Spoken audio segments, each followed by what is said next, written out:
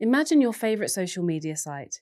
If it was just an HTML document, users would be able to scroll the page, look at pictures and read text, but they wouldn't be able to log in, like posts, or get notifications for new messages.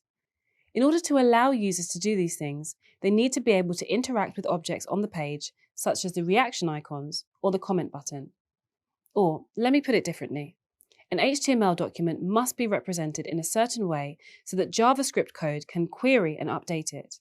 To do this, we use the document object model. In this video, I will unpack what the DOM is, how it is created, and how JavaScript interacts with the DOM to make sites dynamic. When your web browser receives an HTML page, it constructs a DOM to represent it. DOM stands for Document Object Model, and it is simply a tree structure or model of the objects in your HTML file. To understand the DOM, I want you to think of a simple HTML page. Remember that an HTML document has opening and closing tags for the document and the head, and inside the head tags you have title tags.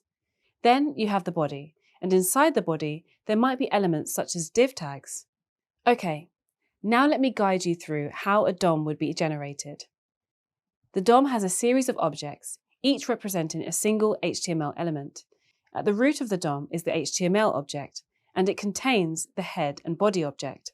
From there, the head object houses the title object, and the title object contains its text object. The body object contains the two div objects.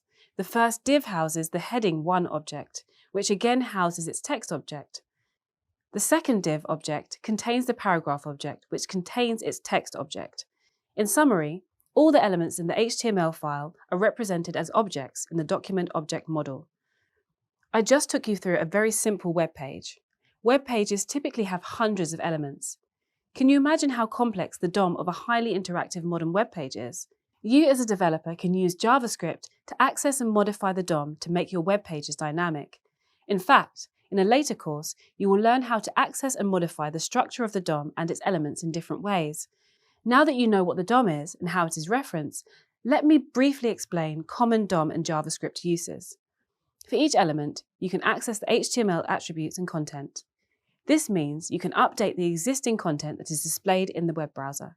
For instance, you could write some JavaScript to update the seconds, minutes, and hours of a digital clock on a website. Or, if you develop a movie streaming website, you can write code that responds to user actions such as clicking, mouse over, scrolling, and so on.